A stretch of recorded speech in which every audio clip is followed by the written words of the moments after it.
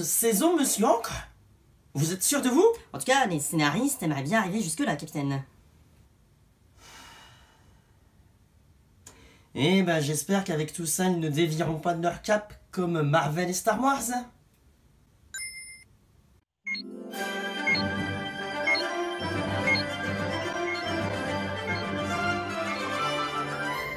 Hola Moussaillon, je suis le capitaine et je vous souhaite la bienvenue à bord. Aujourd'hui, je vous propose un voyage pour la saison 4 de Miraculous Ladybug. Hola! Par Poséidon. Qu'est-ce qu'il fait là, lui? Monsieur Ancre? C'est pas de ma faute, capitaine, j'avais demandé à Mousse d'envoyer une invitation à Octolady. Et... Ben... Mousse? Alors à moi, techniquement, il m'a dit à la meilleure personne pour parler de la série. C'est pas lui? J'adore ton nouveau membre d'équipage. Tu n'allais quand même pas parler de la saison 4 sans moi. On réglera ça plus tard. Tous les trois. Bon ben, puisque tu es là, bienvenue à bord à toi aussi, Kael. Je suppose. Alors, cette saison 4, qu'en as-tu pensé? Si la saison 3 m'avait convaincu de suivre la série, la saison 4 m'a donné raison. Les enjeux sont plus forts et c'est à ce jour la meilleure saison pour moi. À titre personnel, on est clairement dans ce qui s'est fait de mieux jusqu'à présent pour la série, mais aussi dans ses plus gros travers. Mais on va commencer par les points positifs. Déjà, fait assez rare dans une saison, j'ai versé ma larme 3 fois. J'avoue que je n'ai pas pleuré, mais j'ai été agréablement surpris par plusieurs plot twists qu'on a tout au long de la saison, et ce, dès les premiers épisodes. Même l'épisode 100, où la fin de la saison ne t'a pas touché à ce point-là? Ah oui, petite précision, on va vous spoiler toute la saison. Donc, si vous ne l'avez pas vu, une barque est à votre disposition. Si cela ne te dérange pas, on parlera de l'épisode 100 après, parce qu'il ne m'a pas touché pour un petit détail que j'expliquerai après. Ça va pour moi. Petite parenthèse d'ailleurs, est-ce qu'il y a au moins une série où tu as déjà versé une larme devant un épisode? J'avoue que je n'ai pas de souvenir précis d'une série où ça a pu m'arriver. Et après on dit que c'est moi qui n'a pas de cœur.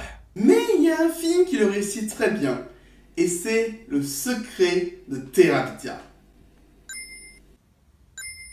Pour en revenir à Miraculous Ladybug, quel est pour toi le plus gros point fort de cette nouvelle saison? Son gros point fort pour moi, c'est l'avancée de l'histoire. Parce que, mis à part 2 ou 3 épisodes, à chaque fois, on progresse dans le fil rouge. Et c'est génial. Ah, c'est sûr qu'on est loin des fillers de la première saison, hein? On revient de loin. Un autre gros point positif, c'est le traitement des personnages, et notamment de Chat Noir. Mais surtout, Dahlia. Je le dis ici et je signe, c'est devenu mon personnage préféré de la série. Signé, acté, certifié. Ah, bah je vais partir d'ici alors. C'est vrai? Non, je plaisante.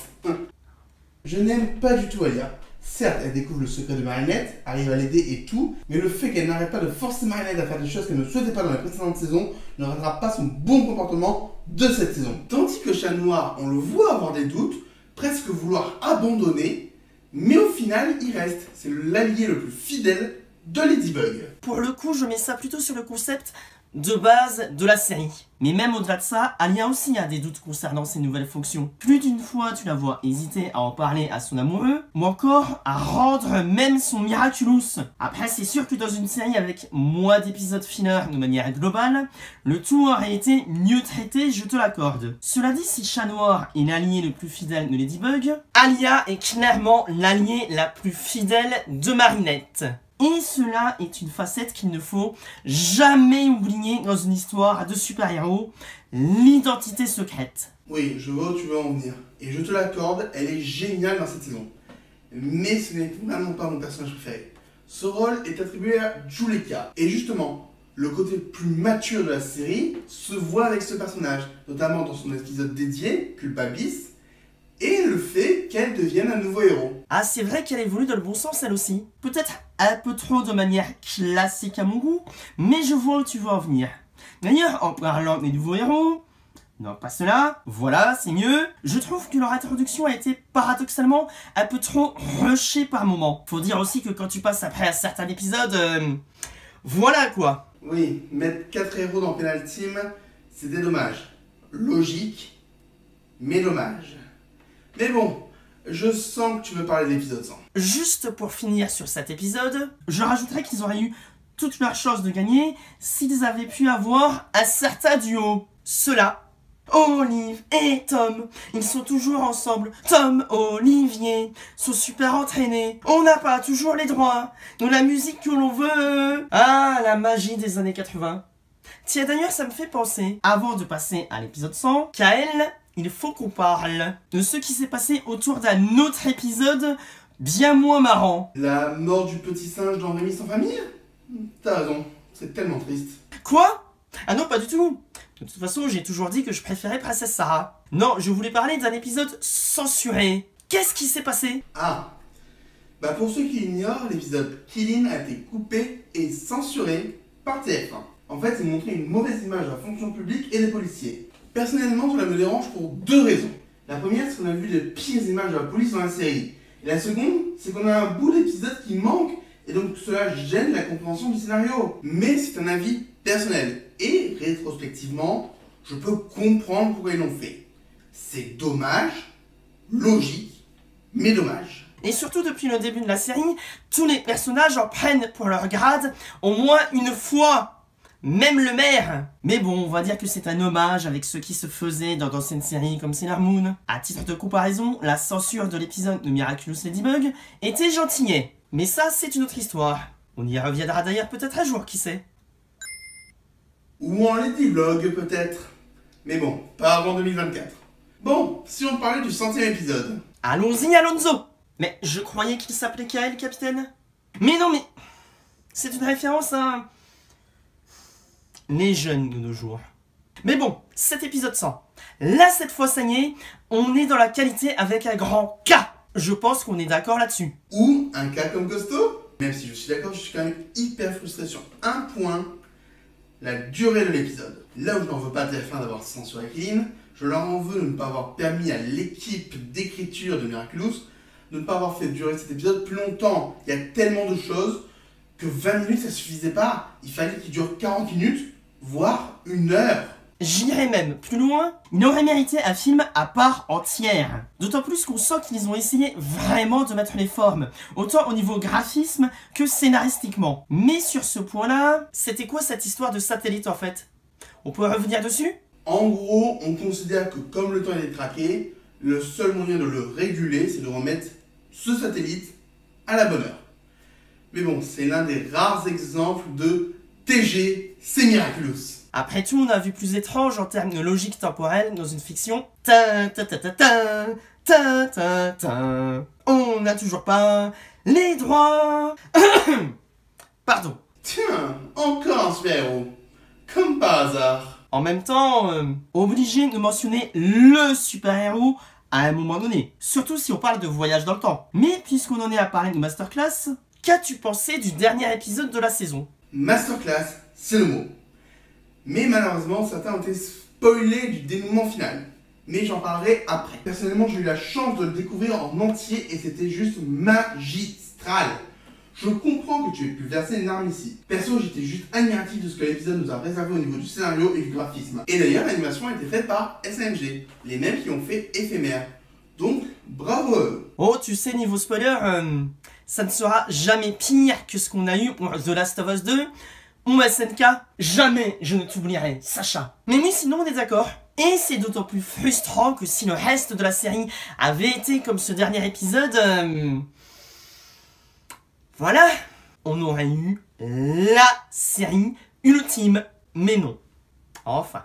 Bah, les spoilers, c'est dommage quand même. Surtout qu'avant que la saison 5, qui est en cours de diffusion actuellement, la bible de la saison a leaké. Ce qui fait que ceux qui ont accès peuvent spoiler tous les éléments importants de la saison. Donc là, je donne un message personnel à ceux qui ont la bible. Ne la diffusez pas. Vous bafouez le travail des créateurs. Et même si personnellement, je n'ai rien contre le fait d'être spoilé, je comprends la douleur de ceux qui le sont. Donc je vous le demande sincèrement. Ne la diffusez pas. C'est juste un manque flagrant de respect. Et surtout, évitez de mettre vos spoilers directement sur les miniatures YouTube. S'il vous plaît. Même si je sais que ça attire un peu plus l'œil, pensez un peu aux autres. S'il vous plaît. Après, je peux comprendre que ce soit drôle de spoiler. Par exemple, toi qui n'as pas vu la saison 5, eh ben tu vas être surpris d'apprendre que Ladybug, c'est Marinette.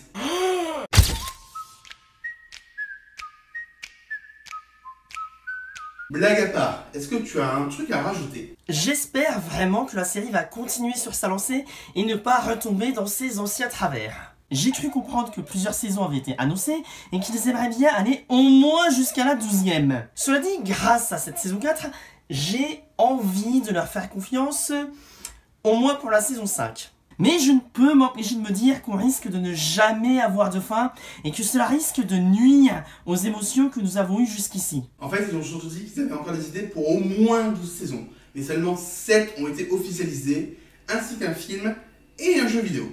On verra ce que ça donne. Mais le pire, c'est que du coup, cela veut au moins dire que notre duo principal sera vivant jusque-là. Et que les moments où ils vont être vraiment en danger seront amoindris émotionnellement parlant, car on sait qu'ils s'en tireront. Oh, tu sais, être scénariste, c'est un métier de sadique. Et vraiment, tout peut arriver. Certes. Attends, un jeu vidéo tu dis? On sait sur quelle console?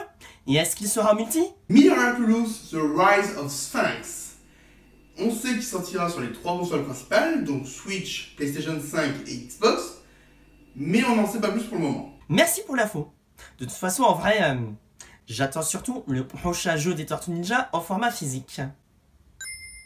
Mais je reste curieux et j'espère qu'il sera bien. D'ailleurs, petite question, tu jouerais plutôt Ladybug ou Chat Noir, toi? Aucune idée. Franchement, j'attends de voir. On croise les doigts. Un dernier mot à rajouter sinon? Cette saison est comme un Lucky Charm. Inattendu, mais fortement appréciable. Et j'espère vraiment que la série continuera dans cette direction. En attendant, si je devais donner une note à titre personnel sur cette saison 4... Voilà. Enfin, on y est. Il faut au moins ça pour avoir réussi à me faire verser 3 fois une larme devant. Et toi? Même si j'adorais, je resterai un peu plus mesuré que toi, parce que j'ai vu les 2 premiers épisodes de la saison 5 justement, et elle s'annonce grandiose. Donc du coup, pour ma note, ce sera un 9 sur 10. Et j'ai hâte de voir cette nouvelle saison également, ainsi que le prochain film au cinéma, en espérant qu'il ait une bonne distribution. Après, n'oubliez pas que ceci n'est que notre avis personnel, vous avez parfaitement le droit d'avoir un avis différent du nôtre, mais dans ces cas-là, n'hésitez pas à nous l'expliquer dans les commentaires. Sinon, dites-vous au pire que je ne suis qu'un vieux loup de mer qui a passé un peu trop de temps à naviguer sur YouTube. Merci beaucoup pour l'invitation, Mousse, et la prochaine fois, Captain, ce serait bien que ce soit toi qui m'invite.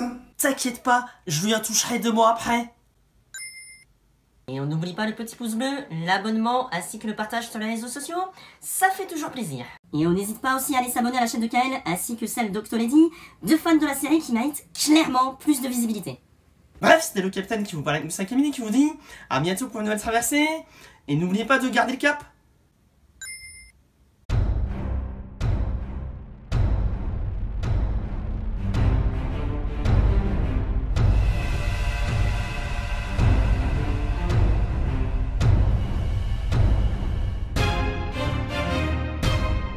Au fait, Captain, Oui?